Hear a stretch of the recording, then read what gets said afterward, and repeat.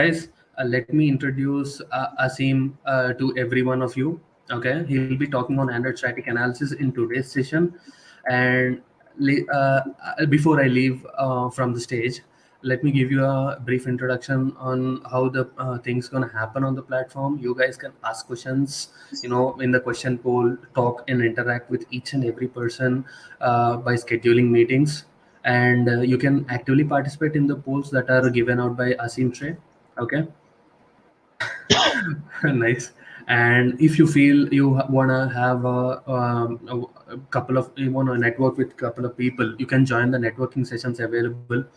Okay, you could do all of these sessions. So yeah, let's get started with the event. Let's not waste time. Okay, so the stage is yours, Asim. Please go ahead. Thank you. Thanks a lot. I'm just setting up a few things.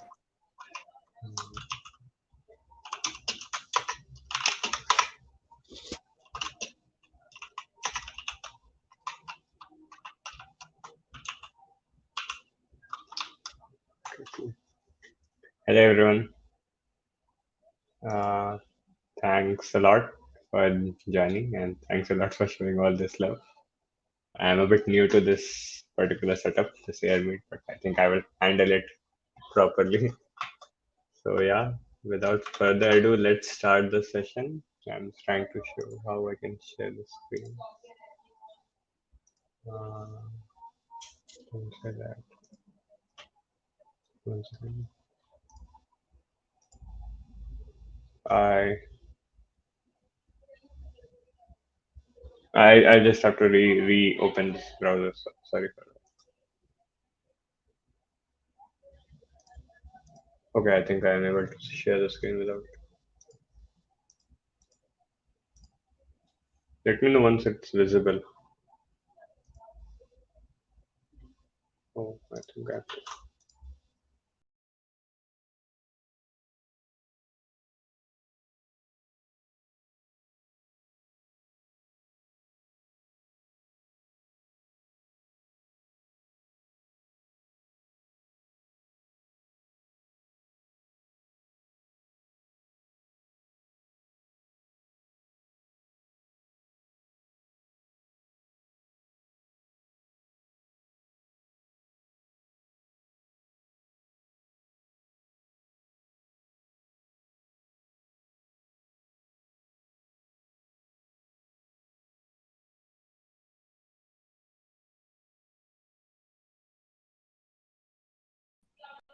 Hello.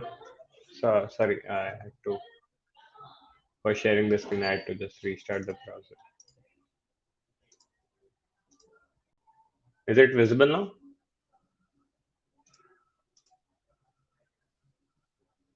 Yes, cool. Okay. Hello everyone. This is Aseem. A few of you might know me. I'm I'm a security engineer, though currently I'm unemployed because I have taken a break from my previous job and I'm switching to a different one.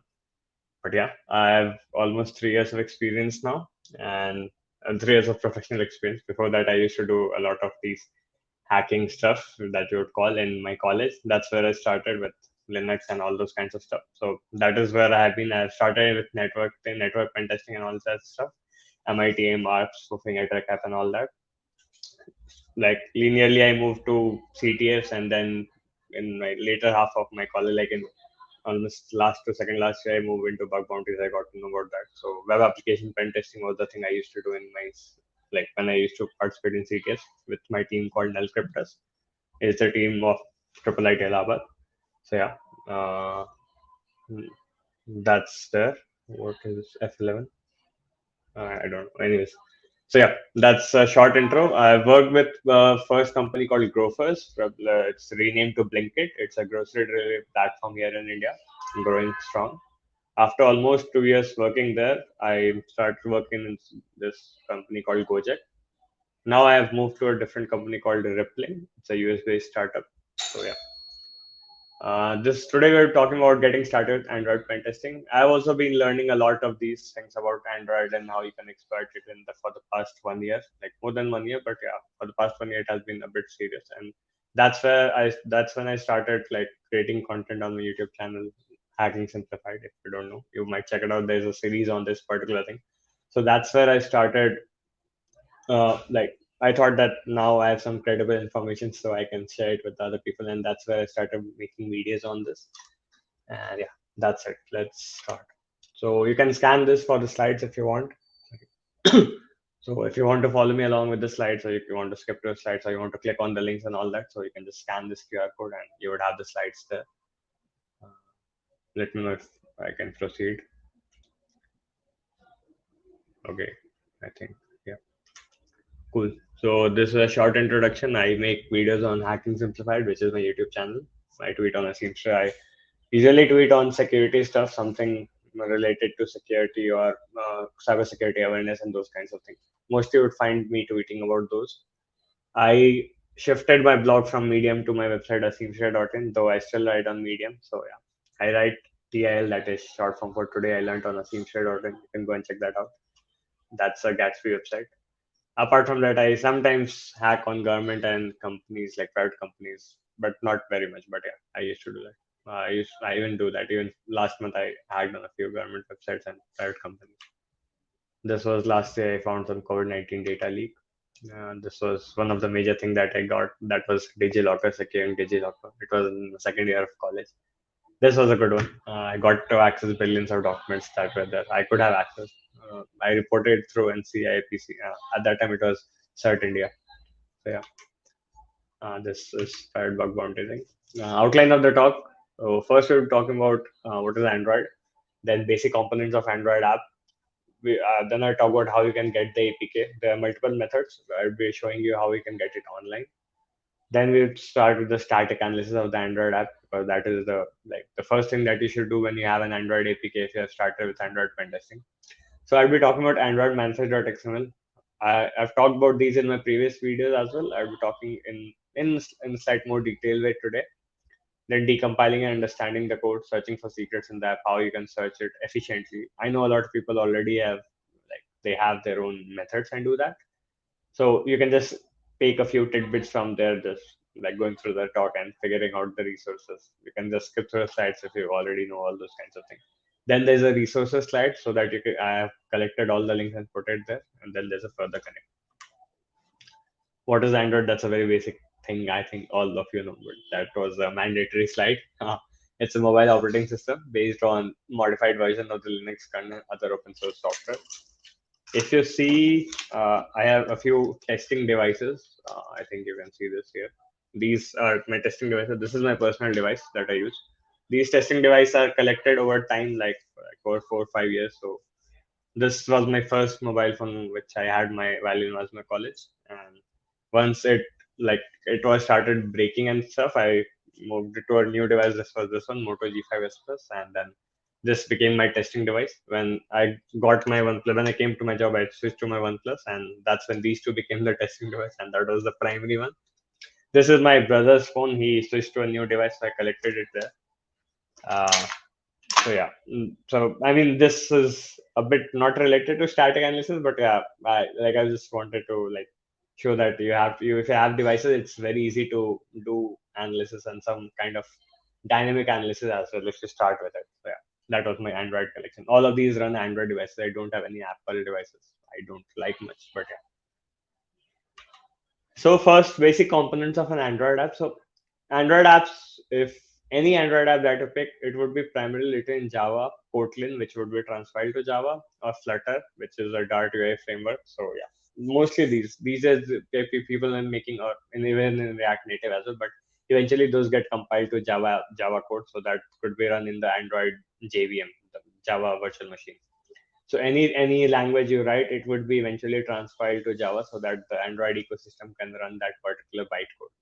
Bytecode is basically like machine level code, but slightly over that, not exactly machine level code. So the second part, when distributed, they use a .apk extension, which stands for Android package. So basically, I'll show you how these APK files are and what they contain.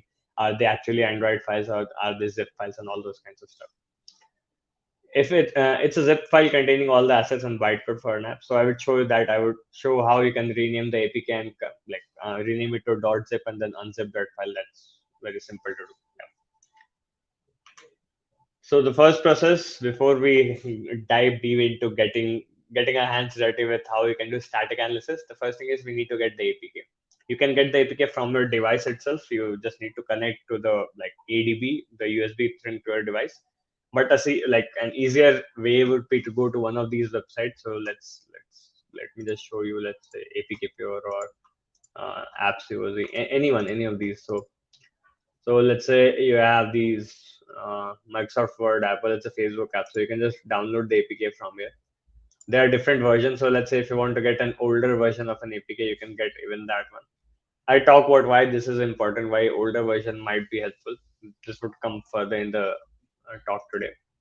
Then there's this Evosi. This what it does is it directly downloads from the Play Store. So I mean that is what they claim. So what that benefit is that you don't get modified APKs, and most of the time like uh, maybe some apps might not be here uploaded here. So what they do is it would be here because it would at that time when you click the generate download link, it would download that.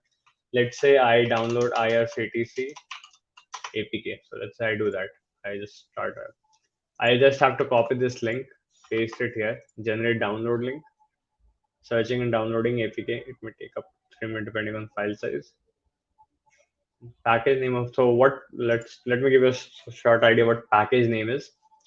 So anything that is before after ID is chris.org.in.prs.ima.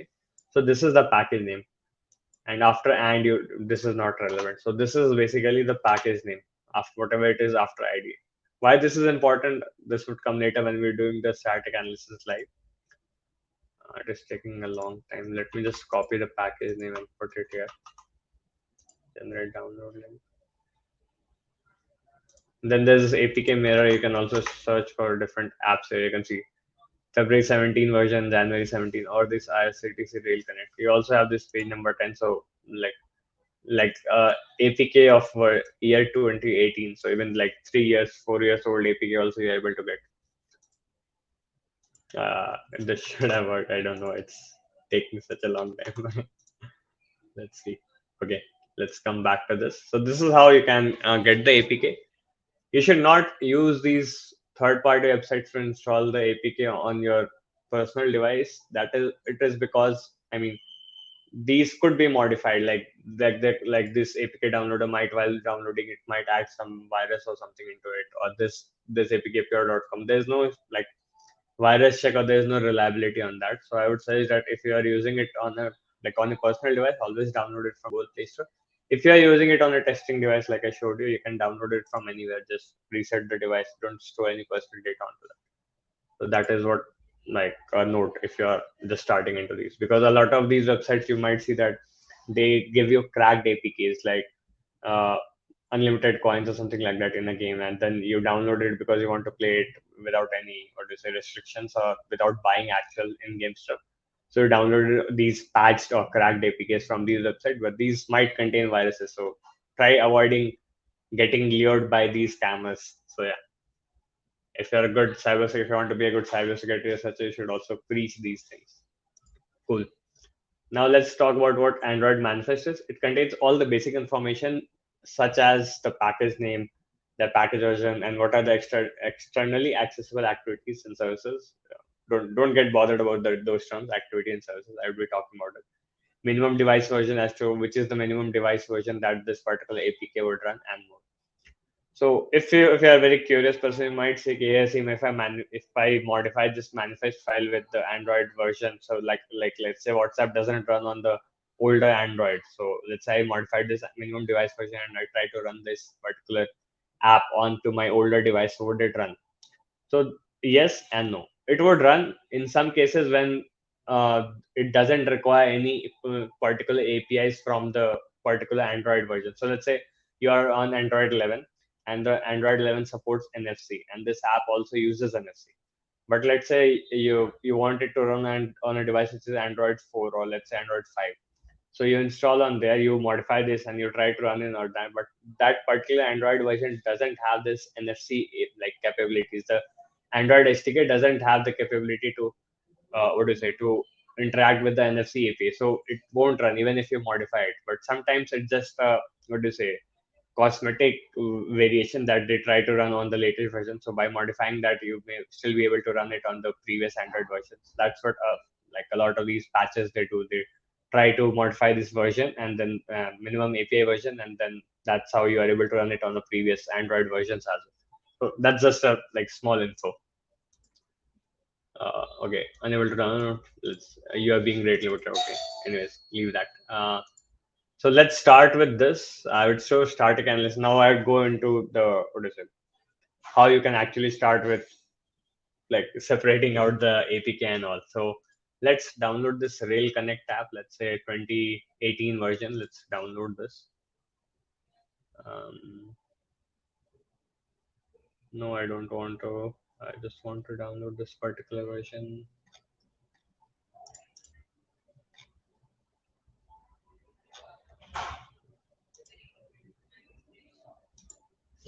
Can I download? There's more recent verified, safe to install.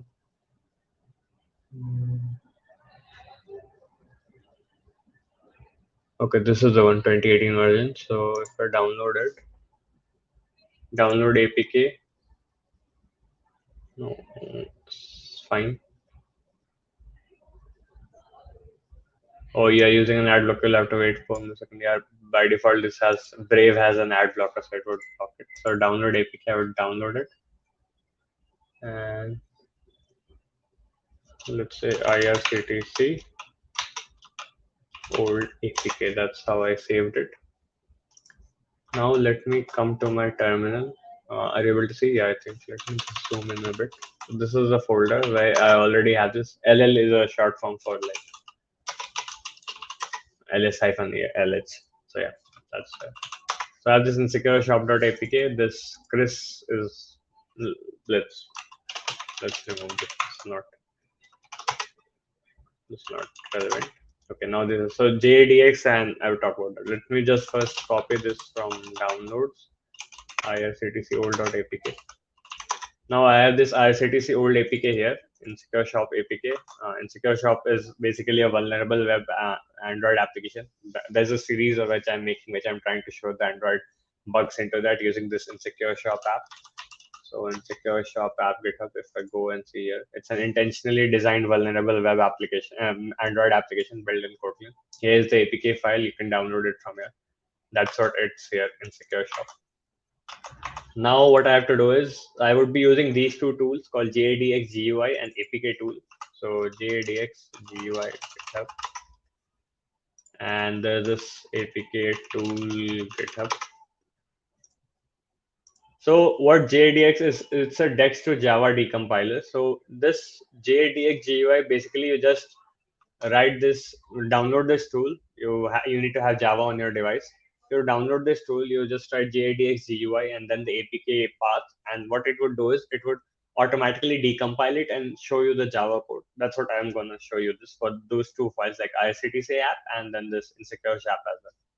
And what this APK tool does is it basically decompiles the whole thing, a tool for reverse engineering Android APK files. So before I do both of these things, let me first show you. Let me first show you is that.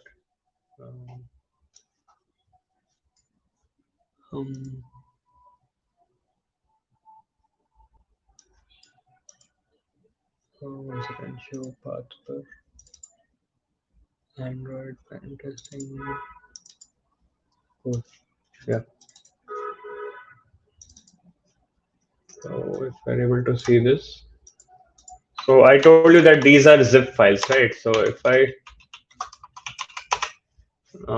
add, so if I double click it to unzip it, it would just unzip it. And if you see here, you would see all the files here. So this is basically a zip file. There's nothing fancy about it. And then these are asset files. There are fonts and all those things that I use in this IRCTC app. These are the Dex files. So this is the Dex file that I'm using, Dex to Java decompiler. So basically JADX, what it does is it decompiles the APK, right? Basically unzips the APK. It decompiles this Dex to Java code and shows us the whole thing. I would show that. What APK tool does is it basically does all that, but instead of opening it into a GUI,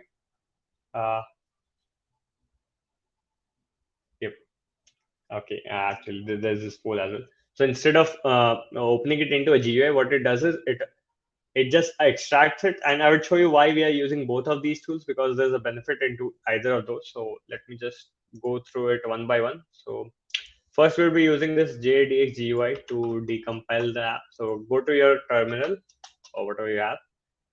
Sorry, there's this JDX bin GUI and then irctc old.apk. Cool. So it will decompile it and open it here. So it's opening it here. Now you would see, now first we would talk about the manifest file. So in this resources, you would see this Android manifest, and you could see there's a lot of things and you might get intimidated. Yes, what is all this? So let's come back to the slide and you would understand what we were talking about. So I told you it contains all the basic information. Should I hide poll from the stage? Okay, I have removed the poll. That's fine. How can I show? I don't want to show on the stage, but here in the chat window you can see the poll. Once that's done, I would like close the poll. So yeah, let's come back to this. Where was I? So yeah, I was talking about that the Android manifest.xml, it contains the basic application information such as the package name. Like we saw that this was the package name chris.org.in.prs.in. Externally accessible activities, services, minimum device version, and more. So if you see here, there's this minimum SDK version. So not actually, this is not a device version, minimum Android SDK version. So have you ever seen some speaker editing this sites live? Okay, so minimum as SDK version, and then there's this target SDK version. There's this package name chris.org.in.prs.im, Android version name, all these kinds of things. This is an XML file. What are different permissions that it requires? You can see that it requires a lot of permissions, and this is how the app, when you see on the Android like App Store, Play Store, you see that what permissions are required, and when you're installing it, even it asks for these particular permissions. Sometimes what happens, you see that it doesn't require permission at that time, but once you open the app, it says that this requires this permission, allow it for once or allow it for many times. So those are all different kinds of things that basically are added into the manifest file. Then there are these services and all. So you don't need to understand all this. Activity is basically any screen that is being displayed onto the app, that is an activity. There's this intent filter. So this particular intent, if you see this android.action.main, so this is basically the main activity. And if you see here, chris.org.in.ima.activities.irctc connect activity. So this is basically the main page that opens when you click on the launcher. So this is the intent category launcher. So this icon, the IRCTC icon, when you click on that, this is the app. This is the activity that runs. Now you might want to say, yes, okay, I got it. Now I want to see what is the actual code that's there that's being executed, because then only I would be able to find bugs on that. So what would happen is in the Android name, let's say you can say Chris or IN IMA activities. So you go to this Chris org.in IMA activities, and then you can see a lot of different activities. There's this IRCTC connect activity. So if I click on this, it would show me the Java code. If it's not like, what do you say, if it's not encrypted, you can easily see this. If it's encrypted, it will try to decrypt, basically decrypt it, so that there's no obfuscation there. You can see some of the strings are there, and then there's different kinds of things. So I won't go into this like in this understanding the code and all, but I would just give you an idea. You can also see the Smalley version of it. So Smalley is basically more accurate sometimes, but it's harder to understand than the actual Java code here. So yeah, let's try to find some secrets here. So let me switch back. So I was here. Yeah. So the first thing where I start with looking for the secret, that is the manifest.xml. So sometimes developers, they add secret files here, secret keys here. So if you can see here, we saw all this. There is no secret lying here. If I don't see any secret lying, I just skim through the whole page. I don't see, because these activity tags, you can just skip it because they won't have any secrets there. See there. So this is one of the page, but there would be, like, you might say, there are hundreds of activities, hundreds of files of code. How we would go through all that, and then how we would try to find active secrets in all of those. So For that, I would be using this other tool called Apk Tool Decompile. So let it run here. Just deleting that IRCTC old, which is already there. Cool. There's this, you can see the zip file, the APK file. Now, what we have to do is APK tool decompile. Let me zoom in a bit. IRCTC old.apk. If you see on the command, this is the APK tool D for decompile. Let me first show you what this APK tool is. Our tools for reverse engineering, re-engineering Android. So I think there's a typo. Yes, going.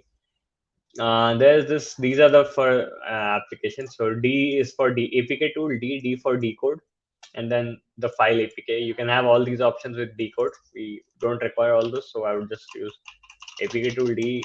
I compile APK tool. There's one thing I think I forgot to mention.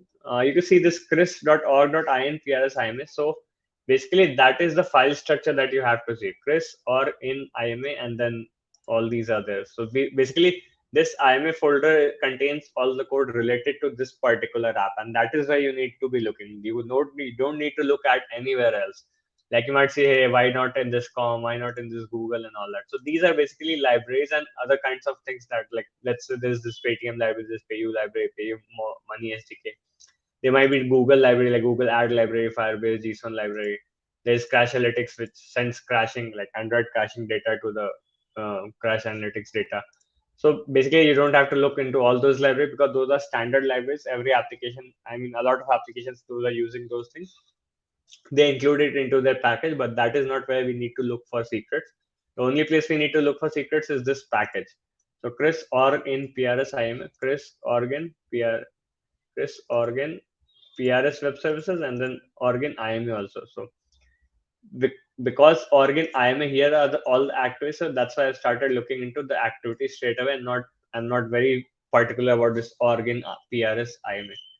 In most of the applications, you might find the same exact structure as the package name, but in some of the cases, we might have to look as to how this Android activity name is defined, and on the same way, you would have to look into that. You would have to look into the folder. So there, if we figured out that the Chris folder is where all the code for this particular IRCTC Connect activity is, and the rest all folders are not relevant for us. So let's see. We have seen. Sorry. Okay, yeah. So this APK tool has decompiled the app. Now, if you can see, there's this IRCTC old. You see Android manifest.xml, assets, original, res, smally classes too, and unknown. In most likely, it would be the code would be in smally or smally classes. Let's see for these. Oh, sorry. I think I should first check one of these. It's a big one. Let's say LL smally classes. Oh, sorry. Even this is a big one. Yeah. 1 second. Org. RX UK. And if we go into this smally one, yeah, here it is. So if you see the smally one, where is this? LL smally, in the smally folder, there was this Chris folder. Where is that? Yeah, Chris. So what we have to do? Sorry, LL smally. No, I don't want to see Chris. So you can see there's this. Both of the files are there. So what we would do is we would just cd into this. Now we are here in this. Both the folders are there on my terminal. Now I can just search for secrets in all this. So there's this tool called grep-r. Let's say I want to search for all the HTTP links that's there. So I would just do this grep-r HTTP and then this would help me figure out all the like URL endpoints that's there. So it would also help me figure out some of the subdomains as well, like nm4.nd and lab ws. It might be ws is usually WebSocket, so WebSocket irctc.com. Get PNR details. There's a URL in which file it is. It's also mentioning that here. So you can, like, what do you say, you can do this and you can figure out all other links as well, like HTTP links. And let's say there's this what else, let's say you want to figure out file links, whether it's S3 bucket. Let's say that there's this are there any S3 buckets or something. So you can basically add any patterns and search for it. A more efficient way that I personally prefer is just using this tool called GF. If you are into bug bounty or thing, you might know about this tool called GF. It's basically a wrapper on grep to avoid typing common patterns. So let's say this is a pattern you can't remember, right? Because this is a complex pattern. So instead of writing whole this, you can just type gf php resources, and same goes for this. If I do this gs list, I can see all these patterns are there. So let's say I want to figure out S3 buckets, or I think there would be HTTP, or there would be a URL. So let's say I want to get all the URLs. So I just type URLs and it would figure out all these URLs. It's the same as I use this grep-r HTTP dot. It's just that it just the normal grep gives me all these, what do you say, smally files where it belongs, and this one doesn't give me the files, but that's very easy to add. That's not a hard thing to figure out. Now let's say what else. I want to figure out AWS keys. I just type gf AWS keys. So it would give me a pattern for all the, it would try to search for all the AWS key patterns into the whole code. Let's say I want to check for any Firebase URL that's there. What else? Let's say any IPs are mentioned in the file. Servers. So this is how you in a very fast manner, you try to figure out all the secret that's there in the whole client, in the whole like Android code.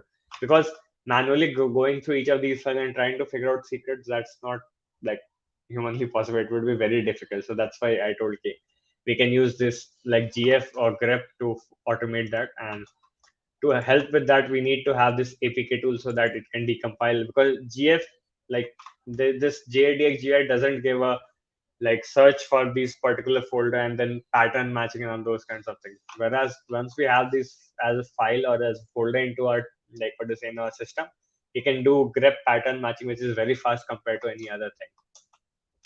So yeah, that's that. Some other places where you should be looking for secret, there's this assets file. There's dbs, this SQLite file. You might want to check this one. These fonts won't contain anything. What else? There's this rest folder, and in the rest folder, I think, one second.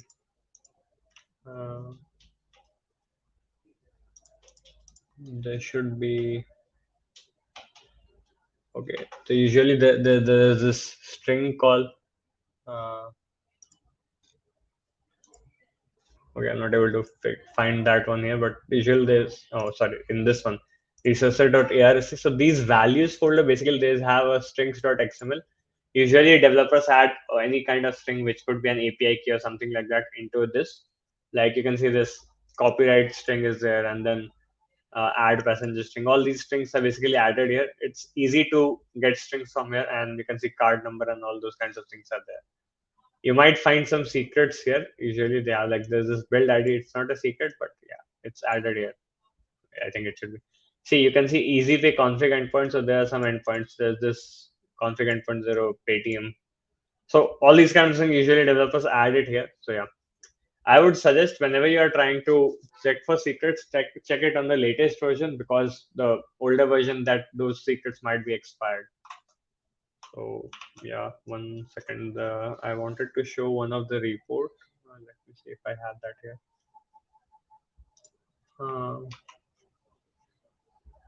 Do I have it here? I think I have it here.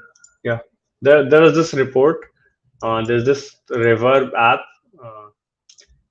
Buy and sell. So there's this program on HackerOne, this Reverb. It had this Cloudinary code hard coded into it, and using this Baggy Pro, this researcher, he was able to access all the cloud files that were there. And for this, I think he was ordered $1,000 something. I don't remember, $750. I rechecked this one and found it that it was like they removed this code in the latest version, this API key. But still, if you get the older version from this website, the key was still there and it was still working. So the proper way would have been to like revoke this key and create a new one, but they didn't do that. they just removed it from the new APK. I re-reported them. I think they gave me around $100, $150, something like that. So that was one of the very first bugs that I reported. That was just reading the report and retesting for the same thing. That's how I got it. So yeah, that's pretty much about this session.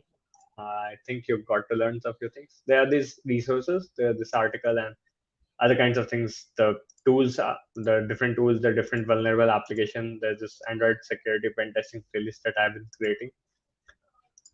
Yep, eat, sleep, have, repeat. If you want to connect further, thank you. Close poll. Let me. Okay. I have anyone of you like followed my Android pen testing series on my channel. There's a poll. Let me close the previous one. Okay, cool. Also, the stage is open for questions if you have. Android Studio, Genymotion, Physics, Physical Device, Android games. Okay, so the first question, there are a few comments also. Okay. The first question by Prince Sharma is which one you prefer? Android Studio, Genymotion, Physical Device, Android VM, Physical Device, any day. Genymotion is sometimes when I don't have a physical device with that particular Android version that I want to take. Otherwise, physical device and then Genymotion. Android Studio is like it just has the AVD thing. You don't need to install the whole Android Studio to run the emulator. APK download sites, this Mehmet Sahil Bindak, he asked, APK download sites may distribute malicious APKs, may cause a problem. So I think you didn't join the session in the very start. So that was the first thing that I mentioned, that these third-party websites are good for testing and running these APKs only on your test device. Let's say you get a cracked app and then you want to check for virus and you want to find a botnet or something on that. So just test it on your testing device on an emulator. Don't use it to on your personal device or any device that has some personal information, because they definitely would have some malicious thing. Okay. So Asim, just sorry to interrupt. Yeah. If you want to, let me put up some good Uh, questions onto the stage so that everyone can, yeah. That would be, yeah. That would be So really helpful. which question you would want? I mean, or you can just show it on the stage. Let's go one by one. How do I show it on the screen? So which question do you want me to be? The one with Ali Shukr. Does it require that I have experience in Yes. Android? Yep. So, Ali, you don't require, and it is for everyone. You don't require to have an experience in Android programming, but because I mean, if you have an experience, it would be very good, because some of things that I am able to get it very easily by figuring out, okay, these are activities, these won't have secret, these are places where people will be hiding secret. Those come because I have created a few Android applications out of interest for myself. So that helps figuring out. But because like the time we live in, there are a lot of resources that you can just read and figure it out. Having an Android programming experience is not required to figure out or to start with this. However, just read on reports and try to understand what the flow is and how it works. Even if you are starting with Android programming, don't use any automated frameworks or things. Just create it very from scratch using the like what do you say, Java and all those things. Don't use a framework. So that way you would be able to understand very easily. I did not get ID which files associated Nice. in books. Any automated tools for. So next question is by Ayu, right? Yeah, how you, yeah. Which files to search for secrets and bugs, and which we have to not. How to know. Okay. So files, you should start with, first thing is Android manifest.xml. Then in the resources.arc file, I showed you there were values folder. There were a lot of folders named values and then hyphen and then all that. So in the folder which is named only values, there's this strings.xml. That is something you need to check. Then once you have checked for those two files manually, then what you can do is you can do a APK tool decompilation, and inside that particular folder where the code resides, which I showed you how you can, like using the package name, you can figure out where the code resides. So into that, just cd into that, use the terminal cd into that, and use GA for grep to check for secrets or check for static like credentials into that. So yeah, that's basically the three places. Cool. Uh, Hope you got the question yeah, answered, Ayu. okay. So Next the next is, question. no, this is already done. This is done. Okay. Prince question is, Which one? Yeah, yeah. This is No, also not done, this one, right? not this one. This is also completed. After that, which what you prefer, Okay, dynamic we analysis of Android? yes. So I prefer. So the very first thing I do is static code analysis because it gives like low hanging fruits and it's an easy win and it's easier to do. Dynamic analysis poses a lot of challenges considering these new Android version which have some issues with like what do you do, SSL pinning and like just getting the traffic of the data. So it's a bit difficult. So I would initially I go for static code analysis, but because dynamic is difficult, so that is where a lot of people just like they don't do the stuff. So that is where you might find a lot of secrets. So if some company has only Android app, what the other benefit you would have is you would be able to see all the network requests which not other people would be doing. Because sometimes when the same app is on the web and when the same app is on your mobile phone, usually the APIs are the same. So if you spend time on the mobile app on the web application, it's the same basically request that you are like intercepting through burp and working on that. So that might not be very useful, but in most of the cases the mobile application has a different API or has a different endpoint that it's interacting to. So it has a high reward ratio because not a lot of people are able to do that. So yeah, that's it. Okay, nice. This So is a next good one, question. Harish Sharma. Yeah. When certain SLN is not bypassed. So if it's not bypassed, so the first thing I do is, in many of the cases, it might not bypass. So I use objection framework. I would add the link here. Objection framework. GitHub. Since post object, let me add the link here. So I use it because it has a lot of like SSL pinning. It has a working SSL pinning script already there. If that doesn't work, what I do is I showed you my devices. So I have these routed, and I just use a IP table script to route all the traffic through burp, and I enable invisible proxying on burp. So what happens is the device, if let's say it is not proxy aware or doesn't support proxy, so what it would feel is because the Android is basically Linux kernel. So because IP tables rules are already enabled, so the traffic would automatically route to burp and it would go through that. So even if the what to say, even if the APK is not complying to your burp certificate or anything, it would still be routed through that. But one more thing you need to do is you need to add this burp certificate as a root certificate on your device because the what do you say any Android app that does this SSL pinning, they check either they check for their own certificate or they only rely on what do you say trusted certificate. So if like a combination of all these techniques would help you bypass. In some cases, it might not be sufficient enough. Then you would have to do manual patching, which is usually very difficult. So in that case, I try to get some old APKs which might not have those same checks. So that's why I showed you those websites where you can use it to easily get hold of old APKs. So yeah, that's there. So first is objection framework. Second is routing the traffic through by enabling invisible proxying on burp and adding burp certificate to the root store of your Android devices. If all these doesn't work, try to find an older APK. If like I mean either of these would work. If else you would have to do manual patching, which is very difficult thing. I usually tend to avoid that. Yeah. Cool, cool. So let's take up a next question. So it's from Rakesh. For Android pen testing specifically, I have not seen. It may be, I'm not very sure, but I have not seen any specific, like, very known certification for Android pen testing specifically. Yeah, Okay. that's all. And next question from Rohit. Um, I had some basic understanding of Android. I made a few apps which was following some tutorials online, just going through that. Like a week of that would be enough.